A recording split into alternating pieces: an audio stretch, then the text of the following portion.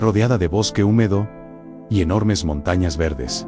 Esta cascada se ha convertido en uno de los tesoros naturales más increíbles de la región. El sonido del agua, la neblina y la inmensidad del paisaje hacen que este lugar tenga una energía única.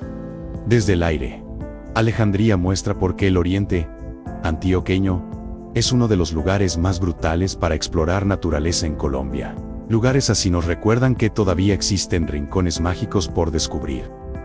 Los dejo con estas tomas aéreas de la Cascada Velo de la Novia, y en la descripción del video les dejo información y recomendaciones para llegar.